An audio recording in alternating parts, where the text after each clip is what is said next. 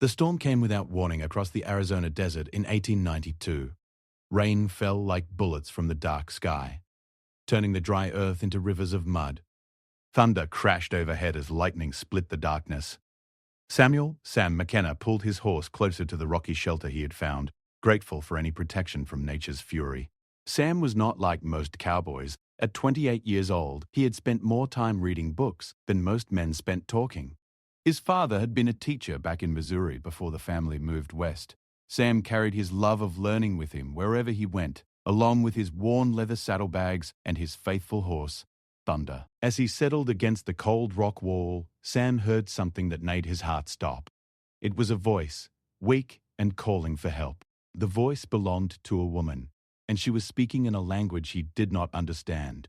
Sam grabbed his lantern and stepped back into the rain. Following the sound, he found her huddled beneath a small overhang about 50 yards away. She was young, maybe 25, with long black hair that stuck to her face from the rain. Her clothes were torn and bloody, and she clutched her left arm close to her body. When she saw Sam approaching with the light, her dark eyes filled with fear. "Please," she whispered in broken English. "No hurt." Sam stopped and slowly set down his lantern. He raised both hands to show he meant no harm. "I won't hurt you," he said softly. "You're injured. Let me help." The woman studied his face in the lamplight. Sam had kind blue eyes and a gentle manner that was rare among the rough men of the frontier. Something in his voice told her he could be trusted. She nodded slightly. "My name is Sam," he said, pointing to himself. "What's your name?" "Ayana," she replied quietly. The word meant eternal blossom in her Apache language. Though Sam would not learn this until much later, Sam could see that Ayana was badly hurt. Her arm was clearly broken, and she had cuts on her face and hands. Blood had dried on her torn dress. Whatever had happened to her, it had been terrible. "Can you walk?" Sam asked, gesturing toward his shelter. Ayana tried to stand but nearly fell. Sam quickly moved to catch her, being careful not to touch her injured arm. She was lighter than he expected, and he could feel her shivering from cold and shock. Back at his shelter, Sam built up the small fire he had started. The cave was not large, but it was dry and warm. He helped Ayana sit down on his bedroll, then went to his saddlebags for supplies. "I have some medical supplies," Sam explained as he worked. "My father taught me basic doctoring. Nothing fancy, but I can set a broken bone and clean wounds." Ayana watched him carefully. Most white men she had encountered were either afraid of her people or wanted to hurt them. This cowboy was different. His hands were gentle as he examined her injuries, and he spoke to her like she was a person, not an animal. "This will hurt," Sam warned before setting her broken arm. Ayana bit down on a piece of leather to keep from crying out. Tears ran down her cheeks, but she made no sound. Sam was impressed by her strength. As he worked, Sam tried to piece together what might have happened to her. Ayana's injuries suggested she had been in a fight or had fallen from a great height. Her torn clothes and the fear in her eyes told a darker story. "Who did this to you?" Sam asked gently as he bandaged her wounds. Ayana was quiet for a long time. Finally, she spoke in halting English. "Bad men. They kill my family. I run." Sam's jaw tightened with anger. He had heard stories of what some men did to Apache families they found alone. The thought made his stomach turn. "You're safe now," he promised. "No one will hurt you here." Ayana looked into his eyes and saw that he meant what he said. For the first time in days, she allowed herself to relax slightly. As the storm raged outside, Sam shared his food and water with Ayana. He gave her his extra shirt to replace her torn dress, turning away to give her privacy as she changed. When she was done, the shirt hung loose on her small frame, but it was clean and warm. They sat by the fire, not speaking much, but somehow comfortable in each other's presence. Sam noticed how Ayana's eyes followed his every movement, still wary but no longer terrified. She was beautiful, he realized, with high cheekbones and expressive dark eyes that seemed to hold ancient wisdom. "Where will you go when the storm ends?" Sam asked. Ayana shook her head sadly. "No place. Family gone. Tried far." The loneliness in her voice touched something deep in Sam's heart. He knew what it felt like to be alone in the world. His own parents had died of fever 3 years ago, leaving him to wander the frontier with no real home or family. "You don't have to be alone," Sam said quietly. "You could come with me." Ayana looked at him with surprise. Why you help? I am Apache.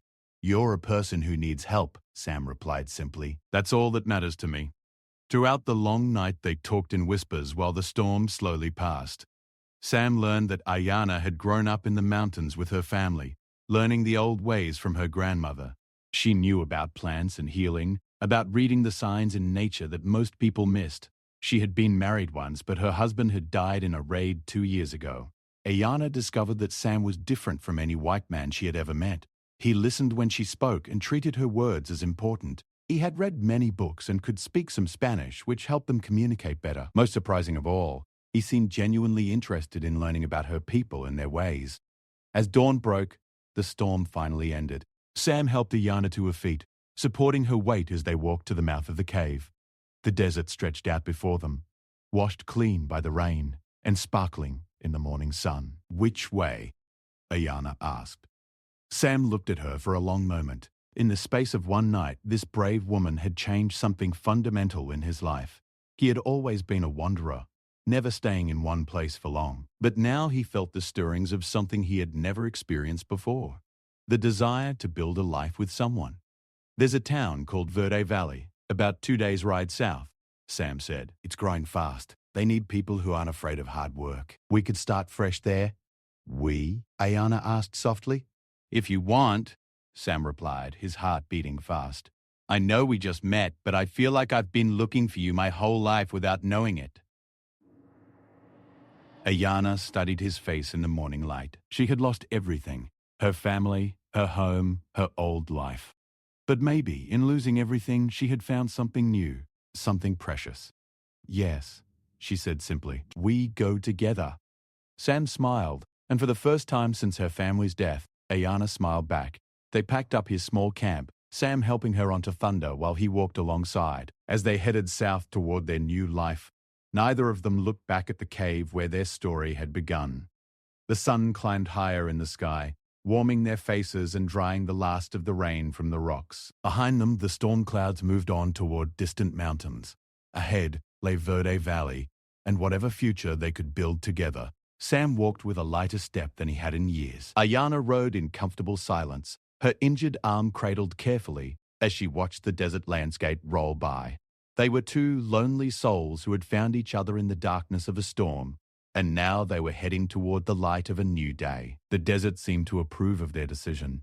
Cactus flowers bloomed in brilliant colors after the rain, and birds sang from hidden perches among the rocks. Even Thunder seemed to sense the change in his master's mood, stepping with renewed energy as they made their way toward Verde Valley.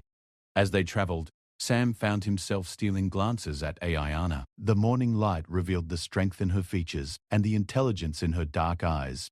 Her broken arm was healing well, and the cuts on her face were already beginning to fade. She was resilient, this Apache woman, tougher than most men he knew. For her part, Ayana was amazed by Sam's kindness. In her world, strangers were usually enemies to be feared or avoided. But this cowboy had risked his own safety to help her, asking nothing in return. He treated her as an equal, something she had never experienced with a white man before. The first day of their journey passed peacefully. They stopped at a small stream to rest and water Thunder. Sam caught 2 fish for their lunch while Ayana gathered edible plants she recognized. They worked together naturally, as if they had been partners for years instead of hours. That evening, they made camp in a sheltered spot among some large boulders. Sam built a fire while Ayana prepared their simple meal. They ate in comfortable silence, both lost in their own thoughts about the future. Tell me about Verde Valley, Ayana said as they sat by the dying fire. Sam poked at the embers with a stick. It's a good place. Lots of ranchers and farmers. They have a general store, a blacksmith, even a small school. The people there aren't all saints, but most of them judge a man by his work, not by where he came from. And woman? Ayana asked quietly. A woman too, Sam said with a smile, especially a woman who's as strong and smart as you are. As they prepared for sleep, Sam gave Ayana his bedroll and made himself comfortable against a boulder with his saddle for a pillow. The desert night was clear and cold, with more stars than either of them had ever seen. Sam, Ayana said softly from her bedroll. Yes. Thank you for everything. Thank you too, Sam replied, for trusting me. for coming with me." They fell asleep under the vast desert sky, two people who had found hope in the middle of despair. Tomorrow would bring new challenges, but tonight they were safe and no longer alone. Verde Valley was bigger than Ayana had expected. Wooden buildings lined the dusty main street, and she could see people moving about their daily business. As they approached the town's outskirts, Sam helped her down from Thunder and they walked together, leading the horse behind them. The first person they encountered was Martha Henderson, a stern-faced woman in her 50s who ran the general store with her husband.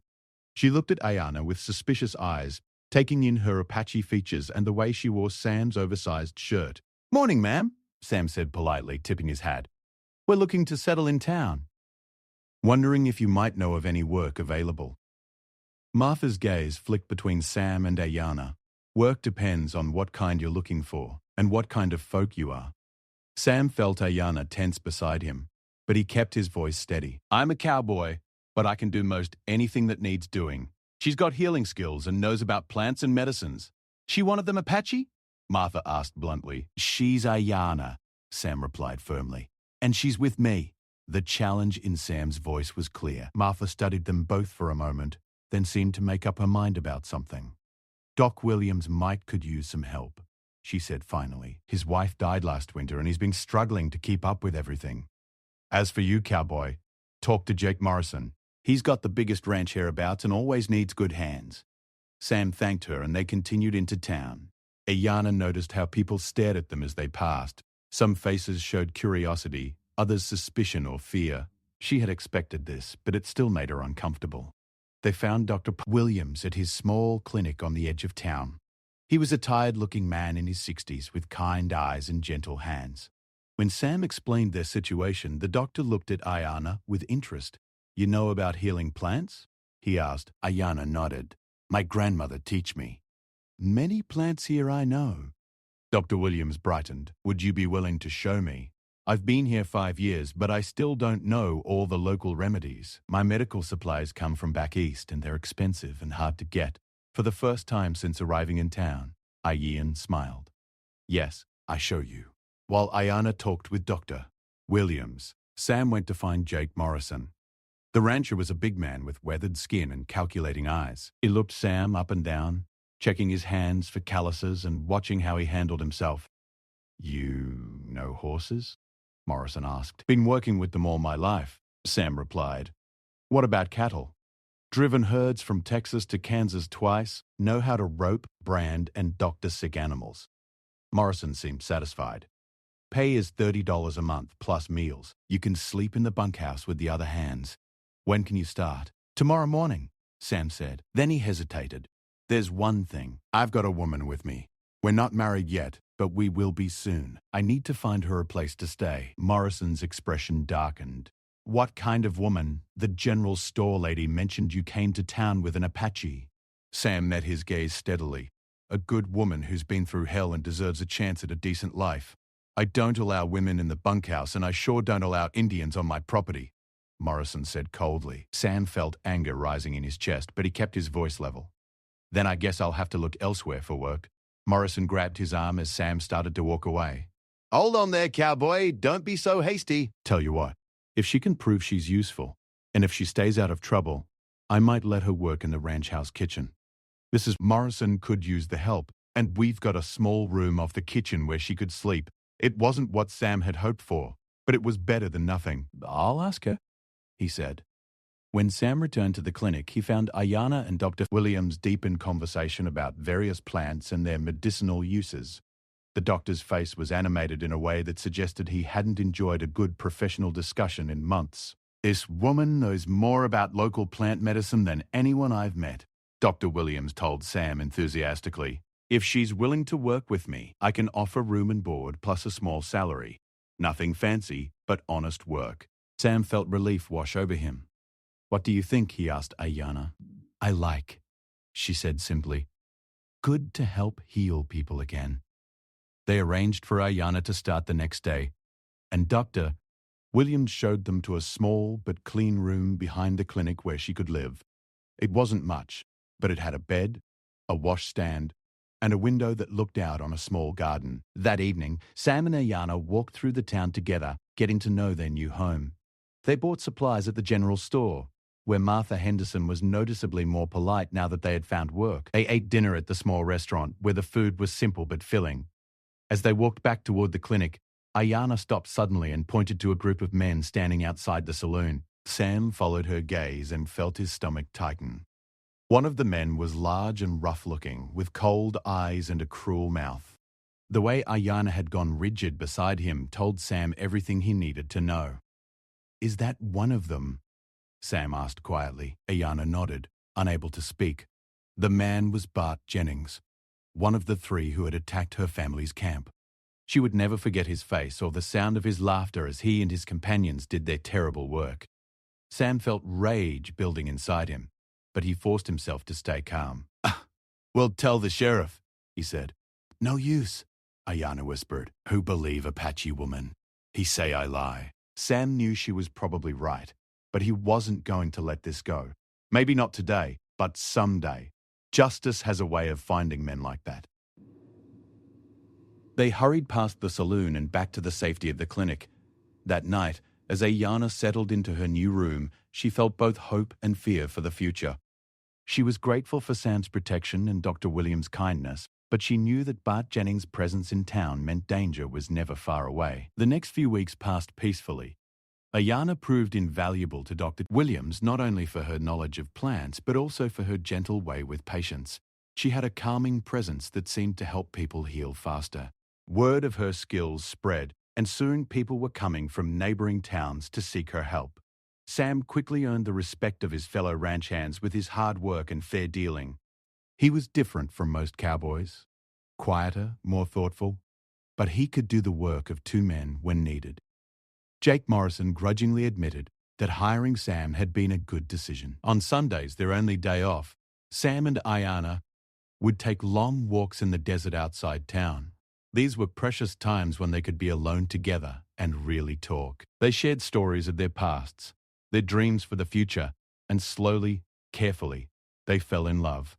"I never thought I could feel this way again," Ayana told Sam one Sunday afternoon as they sat beside a small stream. "After my husband died, I thought my heart was buried with him. I never thought I could feel this way at all," Sam replied. "I always figured I was meant to be alone."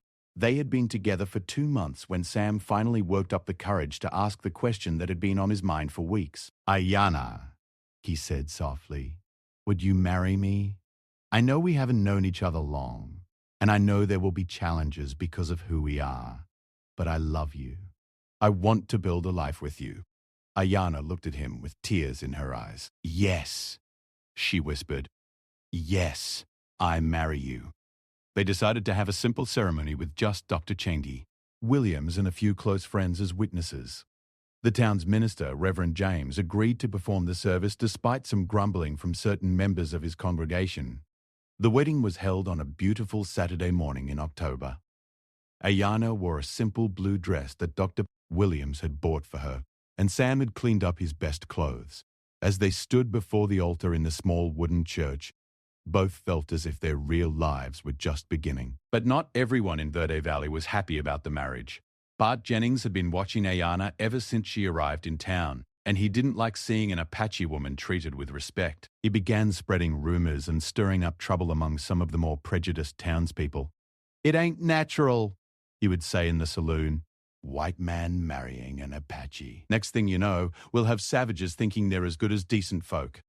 His words found an audience among men who were already suspicious of outsiders and different ways of life. A small but vocal group began to form around Jennings, united by their hatred and fear of change. Sam and Ayana were aware of the growing tension, but they tried to ignore it and focus on building their new life together. Dr. Williams had offered to let Sam move into the clinic as well, and they were saving money to buy a small house of their own. Everything came to a head on a cold November evening. Sam was working late at the ranch, and Ayana was alone at the clinic when Bart Jennings and 2 other men showed up at her door. "Evening, squaw," Jennings said with a nasty grin. "Time you and me had a little talk." Ayana tried to close the door, but Jennings pushed it open and forced his way inside. "You remember me, don't you? From that night in the desert." Terror filled Ayana's heart as the memories came flooding back. This was the man who had destroyed her world, and now he was here to finish what he had started. "Please," she whispered. "Leave me alone." Jennings laughed. "You should have stayed in the desert where you belong instead of coming here and forgetting your place. Time somebody reminded you what happens to uppity Indians." But as Jennings reached for her, Dr. Williams appeared in the doorway with his old army rifle pointed directly at the intruder's chest. "Get away from her, Jennings," the doctor said quietly. "Right now." "This ain't your business, Doc," Jennings snarled. "Everything that happens in my clinic is my business," Dr. Williams replied. "Now get out and take your friends with you." Jennings hesitated, clearly wanting to continue his intimidation, but unwilling to face down an armed man who had nothing to lose. "This ain't over," he said finally. "That squaw's got no business thinking she's good as white folk." After they left, Dr. Williams helped Ayana to a chair and made her some tea to calm her nerves. "We need to tell Sam about this," he said. "No," Ayana said quickly. "He will try to fight them. Maybe get killed. Better to say nothing." But Dr. Williams knew that keeping quiet would only encourage Jennings to try again. When Sam came home that night, the doctor took him aside and told him everything. Sam's face went white with rage. "Where is he now?" "Sam, listen to me," Dr. Williams said firmly. "If you go after him tonight, you'll just be giving him and his friends exactly what they want, an excuse to start real trouble. We need to be smart about this." Sam knew the doctor was right, but every instinct told him to find Jennings and make him pay for threatening Ayana. It was going to be the longest night of his life. As the three of them sat up talking and planning, none of them noticed the figure watching from the shadows outside the clinic. Jennings hadn't given up. He was just getting started. If he couldn't frighten Ayana away from town, he would find another way to deal with the problem she represented. The trouble came 3 days later, just after dawn. Sam was getting ready to leave for work when Sheriff Tom Bradley knocked on the clinic door. The sheriff was a fair man who had always treated Sam and Ayana with respect. But today, his face was grim. "Sam, I need to talk to you," he said. "There's been some cattle rustling at the Morrison Ranch, and someone's been spreading word that Apache tracks were found near the scene." Sam felt his blood run cold. "That's impossible. Ayana was here all night, and she doesn't even know how to steal cattle." "I believe you," the sheriff said quietly. "But Jennings and his boys are stirring up folks something fierce. They're saying it proves that Indians can't be trusted, that letting Ayana stay in town was a mistake from the start." Williams appeared with Ayana beside him. She had heard enough to understand what was happening. "They try to blame me for stealing?" she asked. "Looks that way," Sheriff Bradley said. "I hate to say it, but you folks might want to consider leaving town until things cool down. Jennings has got more people listening to him than I like." "We're not running," Sam said firmly. "This is our home now. We haven't done anything wrong. I know that, and you know that," the sheriff replied. "But angry mobs don't always care about facts." That evening, as if to prove the sheriff's point, a group of about 20 men gathered outside the clinic. Bart Jennings stood in front, holding a lit torch and speaking loudly enough for everyone to hear. "Good people of Verde Valley," he called out. "How long are we going to let these outsiders make fools of us? First they come here pretending to be decent folk, then they start stealing from the very people who gave them a chance. We don't know for sure it was her," someone in the crowd called back. "Apache tracks don't lie," Jennings responded. "And everyone knows Indians can't help but steal. It's in their nature." Inside the clinic, Sam, Ayana, and Dr. Williams watched through the window as the crowd grew larger and more agitated. Some of the faces Sam recognized. Men he had worked with, people who had seemed friendly enough before. "Maybe we should go," Ayana said quietly. "I not want people hurt because of me." "No," Sam said fiercely. "I'm tired of running from bullies. It's time someone stood up to Jennings." Against Dr. Williams' protests, Sam opened the front door and stepped outside. The crowd fell silent as he walked toward them, stopping just a few feet from Jennings. "You want to accuse my wife of something, Jennings? You do it to my face," Sam said in a voice that carried clearly through the night air. Jennings grinned nastily. "Your wife, huh? That's a joke. A white man marrying an Apache squaw ain't a real marriage. It's an abomination." Several people in the crowd murmured agreement, but Sam noticed that others looked uncomfortable with Jennings' words. Not everyone in Verde Valley was ready to embrace hatred. "Ayana McKenna is my wife," Sam said firmly. "She's also one of the finest people in this town. She's helped more sick folks get well than any of you have, and she's never taken a thing that didn't belong to her." "Then explain the Apache tracks," Jennings demanded. "Easy," Sam replied. "You planted them yourself, just like you're planting these lies." The accusation hung in the air like smoke. Jennings' face turned red with anger. "You calling me a liar, cowboy?" "I'm calling you exactly what you are," Sam said steadily. "A coward who attacks innocent families and then blames others for his own crimes." Several people in the crowd gasped. Sam was essentially accusing Jennings of murder, and everyone knew it. Jennings' hand moved toward his gun, but before he could draw it, a new voice cut through the tension. "That's enough." Everyone turned to see Jake Morrison pushing through the crowd. The rancher looked angry, but not at Sam or Ayanna. "Jennings, you've been on my property asking too many questions about my cattle," Morrison said loudly. "Come to think of it, you sure seem to know a lot about when and where those cows went missing." The crowd began to murmur as people processed this new information. Morrison wasn't known for defending Indians, but he was known for his honesty. "Furthermore," Morrison continued, "I did some checking today. Talked to my foreman and some of the hands. Turns out those weren't Apache tracks at all. They were made by an old pair of moccasins, the kind you can buy at the trading post. Real Apache don't leave tracks like that. They're too smart." Jennings looked around desperately as he felt the crowd's mood beginning to shift. "You're all fools if you believe this," he snarled. Morrison's just trying to protect his hired hand. But the damage was done. People were starting to remember that Jennings had arrived in town only a few months before Sam and Ayanna, and that he never seemed to have much money despite not working regularly. Some began to wonder where he really got his spending cash. Sheriff Bradley chose that moment to make his appearance. "All right, folks, break it up," he called out. "Nothing more to see here tonight." As the crowd began to disperse, the sheriff approached Jennings. "Bart, I think you and I need to have a little talk tomorrow morning. Seems there's some questions about your whereabouts during certain recent events." Jennings glared at Sam with pure hatred. "This ain't over, McKenna. Not by a long shot." "Yes, it is," Sam replied quietly. "It's over because good people are tired of listening to your poison." Over the next few days, the truth about Bart Jennings began to come out. Sheriff Bradley's investigation revealed that Jennings had been stealing cattle from several ranchers in the area, using his accusations against Ayanna to throw suspicion off himself. More damaging still, a traveling preacher came forward with information that connected Jennings to the attack on Ayanna's family. The preacher had been camped near the Apache settlement the night of the attack and had seen 3 men fleeing the scene. One of them had been Jennings.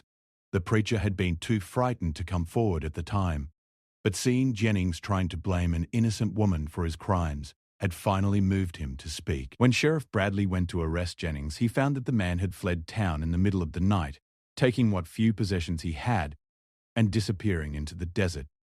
A wanted poster was sent out, but Jennings was never seen in Verde Valley again. With their tormentor gone, Sam and Ayanna finally felt safe to build the life they had dreamed of. Williams offered to make Sam his assistant and eventual partner in the medical practice, recognizing that the young man's intelligence and dedication could be put to better use than ranch work. "I can teach you what you need to know," Dr. Williams said. "You've got the mind for it, and with Ayanna's plant knowledge, you two could build something really special here." Sam accepted the offer eagerly. He had always loved learning, and the idea of helping people heal appealed to him deeply. Together, he and Ayanna began studying everything Dr. Williams could teach them.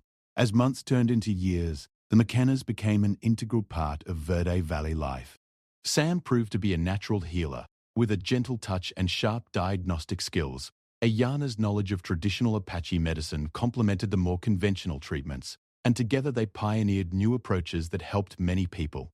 Their reputation spread far beyond Verde Valley. People traveled from hundreds of miles away to seek treatment from the unusual couple who combined the best of 2 worlds. Sam and Ayanna never turned anyone away, regardless of their race or ability to pay.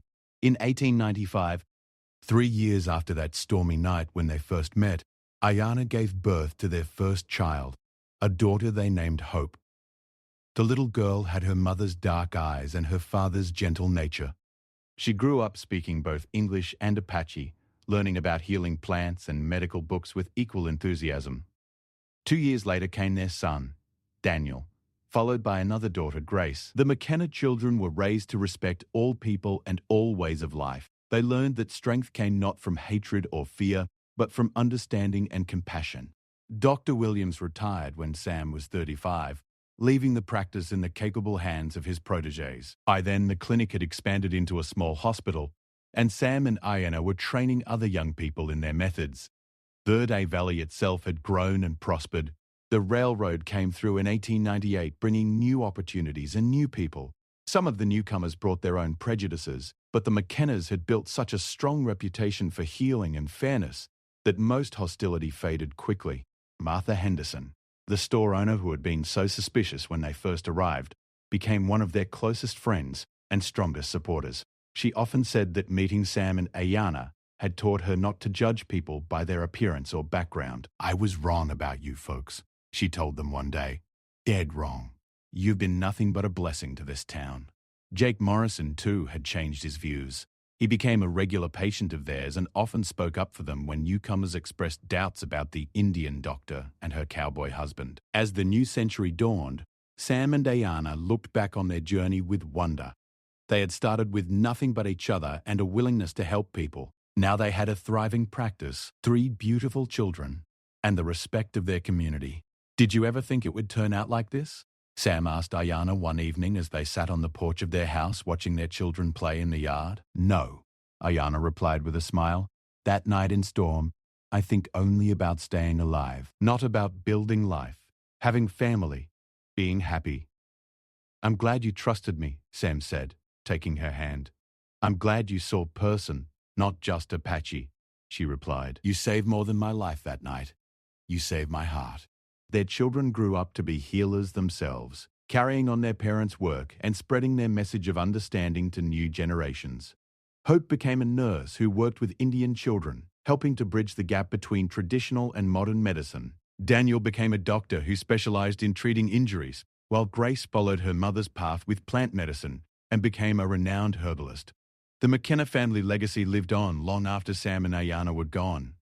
The hospital they built continued to serve people of all backgrounds, and the methods they pioneered were studied and copied in medical schools across the country. But perhaps their greatest achievement was showing the people of Verde Valley and beyond that love could overcome fear, that understanding could defeat hatred, and that 2 people from different worlds could build something beautiful together. The cave where they first met became a local landmark, marked with a simple stone bearing the inscription, "Here began a love that healed a community." Visitors would often stop there and reflect on how one night's shelter had indeed turned into a lifetime of service and love. Years later, when storytellers told the tale of the Apache woman and her cowboy, they would always end with the same words, "True love knows no boundaries of race or tribe. It sees only the heart, and in the heart of a good person, it finds a home." Sam and Ayanna McKenna had proven that love could conquer all: fear, prejudice, loneliness, and hatred. Their story became a legend in the American Southwest, inspiring others to look past differences and see the humanity in everyone they met. From that one stormy night, when a cowboy offered shelter to a wounded Apache woman, came a legacy of healing, understanding, and hope that would last for generations. It was proof that sometimes the most important journeys begin not with a destination in mind, but simply with the decision to help another human being in need.